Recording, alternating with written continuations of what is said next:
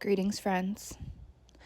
My name is Sabrina Scott, and I wanted to welcome you to this episode of my podcast, which is called The Secrets of a Witch Podcast, where I talk all about life, love, healing, happiness, witchcraft, magic, mediumship, tarot, feminine energy, and everything in between.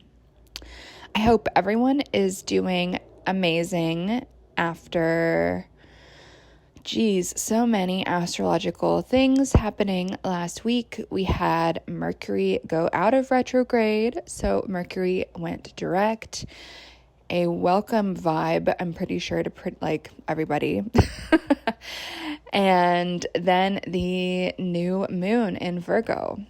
And there's still a lot of Virgo, Mercury energy going around last week, and personally, I've felt super electrified by it in a really good way. And so, I don't know, it's just an interesting moment. Like, everyone I know right now is going through some kind of interesting change or transition or shift or something. And these big changes, it makes sense to me that everyone's kind of going through them right now, especially here in Toronto, which will be similar to a lot of my fellow Northern Hemisphere folks. We are about to move into the fall equinox at the end of this week, and the leaves are slowly starting to turn. The air is cooler and crisper, and you can just feel the energy changing right now, and it feels really good. I love summer, but I'm actually so excited for fall. I love going on long walks, and there's something really nice about being able to go on a really long walk and knowing that I will not be a pile of sweat by the end of it. Like, there's just something really awesome about that. And also, like, not getting a sunburn. That's, like, kind of important too. And so with this changing of the seasons, the other cool thing that is happening here in Ontario, which for my non-Canadian folks, Toronto is a city in the province of Ontario. So I know we've got a lot of Americans listening. And here, with the way the seasonality works, I'm sure it's similar for a lot of folks, we are slowly moving into apple picking season. And then eventually there'll be pears, and then after that, pumpkins, and after that, I guess, Christmas trees. I don't know, when did corn happen? I don't really know. But anyway, there's something really magical and beautiful about paying attention to the seasonality of these different plants. And I guess this is a little bit of I don't know, like, it makes sense I'm talking about this after last episode, which was about the magic of the grocery store. And you guys have been following me for a while, probably know I'm a city person. I've been a city person for the last 18 or so years. I've lived in Toronto, with the majority of that 15 years being pretty much in the middle of downtown. So I'm a urban person. Like, I feel so comfortable in the urban jungle with all the skyscrapers, it has trees, and like, there's something really cool about the city to me. At the same time, and I know those of you who live in the country are going to be laughing about this, but there's been something so fun about the last few years. I've had the opportunity to go and do like cool outdoors, middle of nowhere stuff that feels connected to the land and the earth and the changing energies of the seasons in a really different way. So back in 2020, I went to my first pumpkin patch, which was so much fun, and then cut down my first Christmas tree as an adult. I guess that happened once or twice when I was a little tiny kid, but as an adult, recovered from a lot of Christmas trauma and holiday trauma. It was really amazing and magical to be able to go and reclaim that activity and to reclaim Christmas time as a fun thing to do. And now I'm looking forward to it, which is a newish thing. Like, I think 2019, 2020, those were my first, like, I'm really stoked for this Christmases. So it's a little bit interesting. all that to say, I had the very fun experience of going to an apple orchard on this past weekend, so just a few days ago. And yesterday I made things from those apples. I made apple butter. Thank you to everyone on Instagram who was suggesting that, because I had never heard of that in my life, and it's actually absolutely delicious. I just ate some. And I also made apple cake, and fucking delicious, no nuts, vegan. So if anyone wants recipes I used, feel free to send me a DM on Instagram. I'll send them to you. When I cook, I don't use recipes, but for baking, it's like a little bit outside of my wheelhouse. So I definitely do steal recipes from the internet to bake with. But it was so cool to be eating as a snack just now this thing that I made from apples that I literally picked a few days prior. Like, it just felt very circle of life, very like beautiful and fun and magical and witchy. And I'll talk more about cooking and stuff in further episodes. I have so much to say about that always. But what I want to talk about today was about the witchiness and the beauty of apple orchards. And so somehow I'd never been to an apple orchard before. And if any of y'all are living anywhere where there is an apple orchard, like, go check that out, because the energy is just so interesting. And there's going to be people who know a lot more about folklore and that type of thing than I do. But what I do know is that there's a lot of stories about apple orchards specifically being places of liminality, being witchy places, and also being places where the fairies are chilling. And I felt the vibes, my friends. I felt the vibes. And it was so cool to wander through like these long lines of trees and plants. Some of them didn't really seem very tree-like. They're kind of like little and figuring themselves out. And it's kind of hard to explain, because it's like they're all kind of connected and the trees all kind of touching each other. So it just seems like this big bush, kind of like an apple bush. So it's obviously not an apple bush, but there's something really cool about just wandering through the different like pathways, right? And I have to say that the Macintosh apple trees were the most witchy of the trees. I just posted some pictures on Instagram at Sabrina M. Scott. So if you don't know what I'm talking about, go take a look. It's in one of my most recent posts.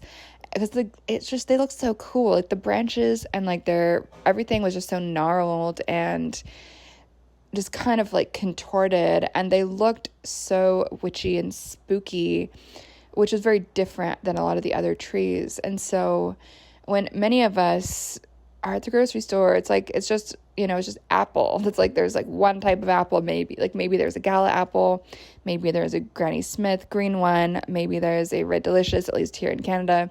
There's like the 3 apples at the grocery store for the most part. Like, it doesn't look that interesting.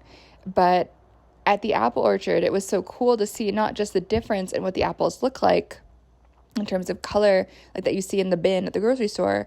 And again, I'm sorry to all my farmers listening to this. They're going to be like, oh my God, Sabrina, you're so basic. It's like, yes, I know. Just like, come with me here on the journey. And it was just so cool to see all these different colors, right? Like, to see I got a ton of yellow apples, knowing nothing about them. And I bit into one yesterday, and it was so sweet and amazing. And now all I want to eat is yellow apples.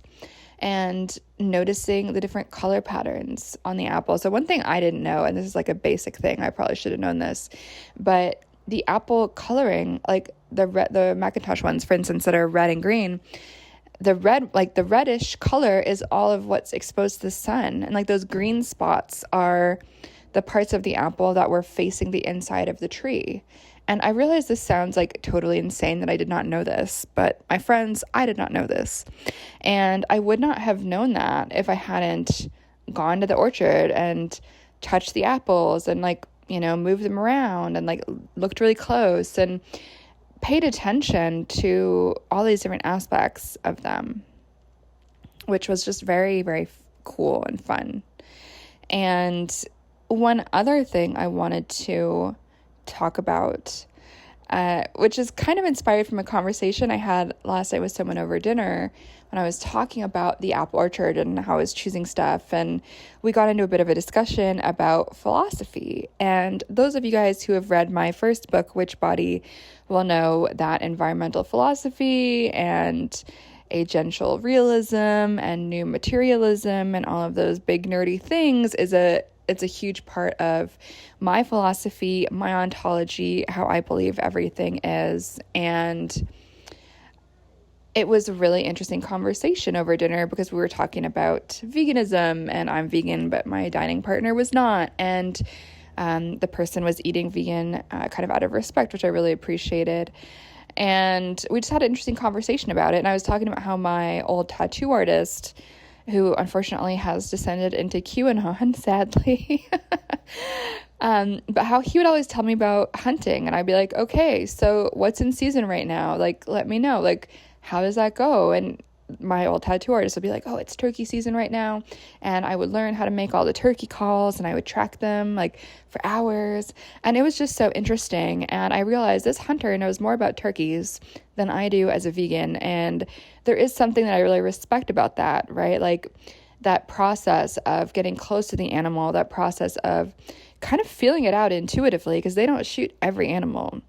Right. And at the end of it, I think often there is this kind of mutual understanding that the animal is like, well, shit, like you outwitted me. Like, I guess this is what's happening.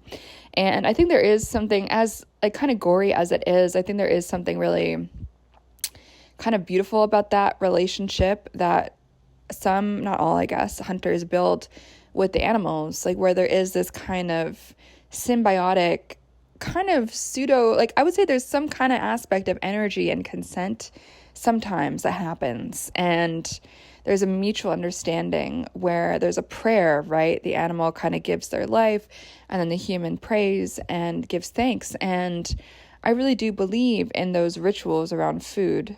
You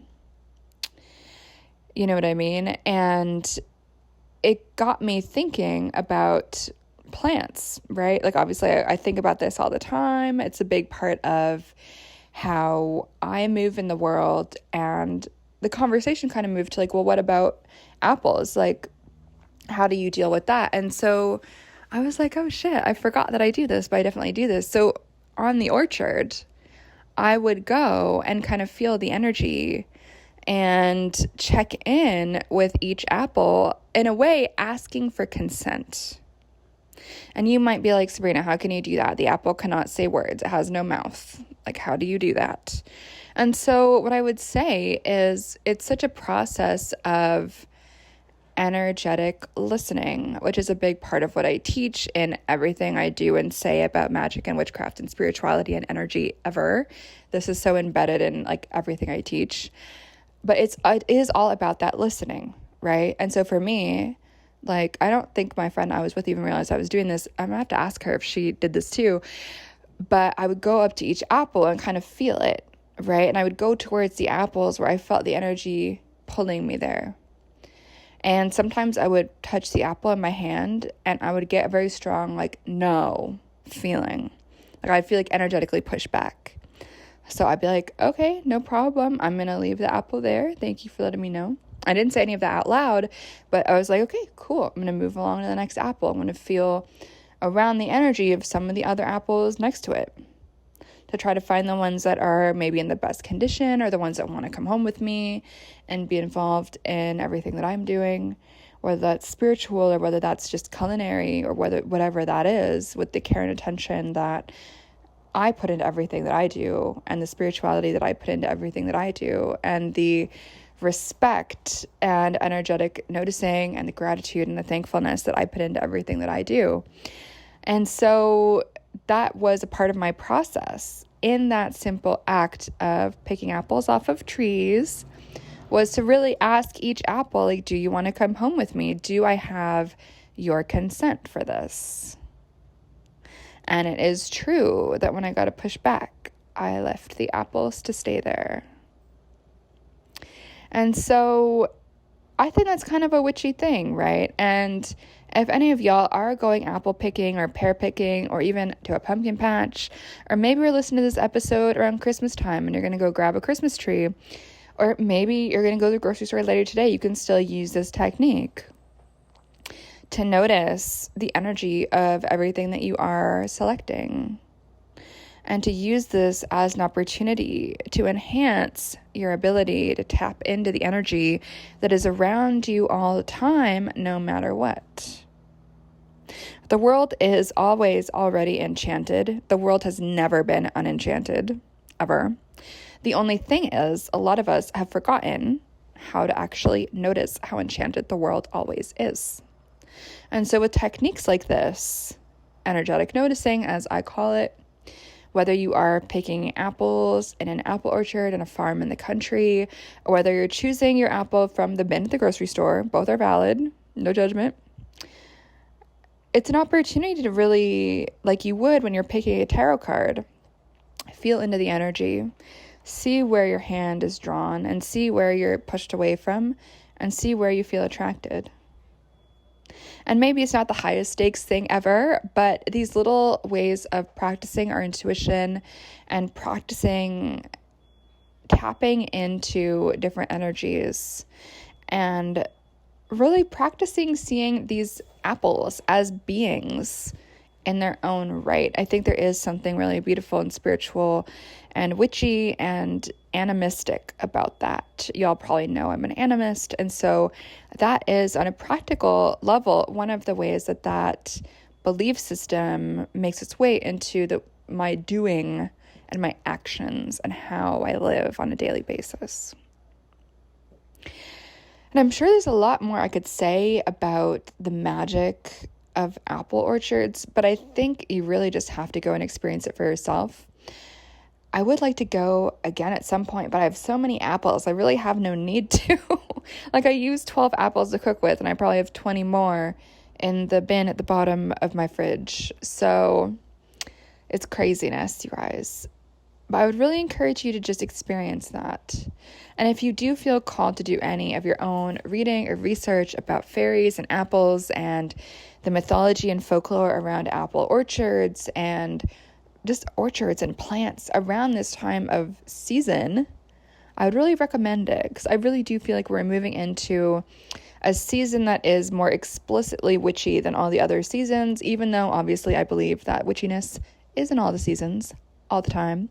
But it's really cool to see more mass culture embrace it this time of year. Even folks who aren't spiritual kind of dip their toes in a little bit, and that's something that I find really beautiful. So go forth, my friends. Go to the apple orchard, go to the grocery store, go to the farmer's market, whatever. And I know there's also, at least in Toronto, there's organizations that will help people harvest apples from their backyard trees, like urban farming. Like, no matter where you live, there is a way that you can access fresh fruits or vegetables that are grown in your neighborhood.